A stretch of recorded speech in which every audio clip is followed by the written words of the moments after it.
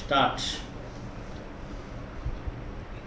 Sir, I wish to offer my hearty congratulations to the Honorable the Chief Minister on the budget that he has been able to present to the House this year. No doubt, the budget has been presented in a lucid manner, and the Honorable the Chief Minister has tried his best to see how the budget can be balanced with a small surplus. In spite of that, I am afraid that the budget does not stand the test of how far he has been able to give permanent relief to the poor in this state. I am afraid the Honorable the Chief Minister has adopted the policy that has been pursued in the past.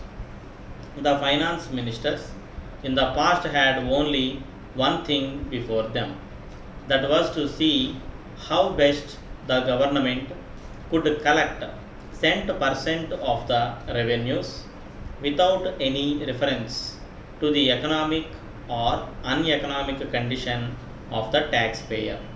They did not take into account the fact that the condition of the agriculturist was becoming worse and worse day after day when they prepared the budget. The Honorable the Chief Minister has not taken into account the condition of the people from whom the tax is to be collected. The Honorable the Chief Minister is responsible to this House like every other minister. The government have not taken into account the condition of the people in this state, namely whether they are in a position to pay the taxes or not. I would like to ask on this occasion what measures the government are contemplating to give relief to the agriculturist. I hear that instead of giving relief to this class of people, there is going to be a measure brought forward in this House which will increase the burden on the agriculturist taxpayer in this state. I understand that the government are considering a measure called the Agricultural Income Tax Bill. I do not know how far the government are going to proceed with that measure, whether the bill will be passed in this House, whether it will be of help to the agriculturist, or whether it is going to be an additional burden on him. We know that the Honorable the Chief Minister in his budget statement has told us that a good deal is being done to give relief to the agriculturist by means of remission or some other means, and also by providing a crore of rupees to help the agriculturist by means of loans. These are very favorable so far as the agriculturist is concerned. But the burden on the agriculturist is so heavy that these small reliefs will not go a long way to help him so far as his primary needs are concerned. I therefore hope that the government will soon come forward with a measure which will regulate the land revenue in this state.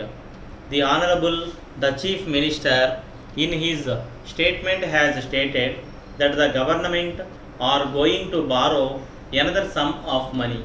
He has also stated that it will be more than what they borrowed last year.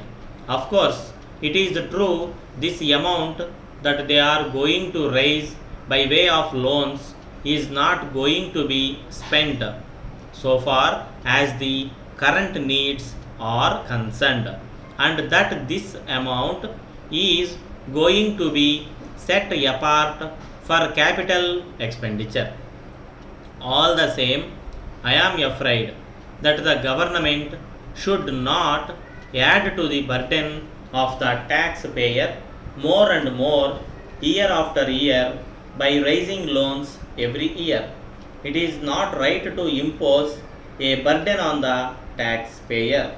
Letter from Balaji and Company, 3 Armenian Street, Madras, to Messrs. Sundaram and Company, booksellers and stationers, 5 South Masi Street, Madurai.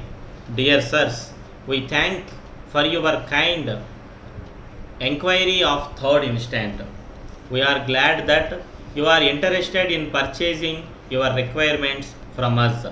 So, we have taken special interest in giving you all the particulars that you are requiring in this connection.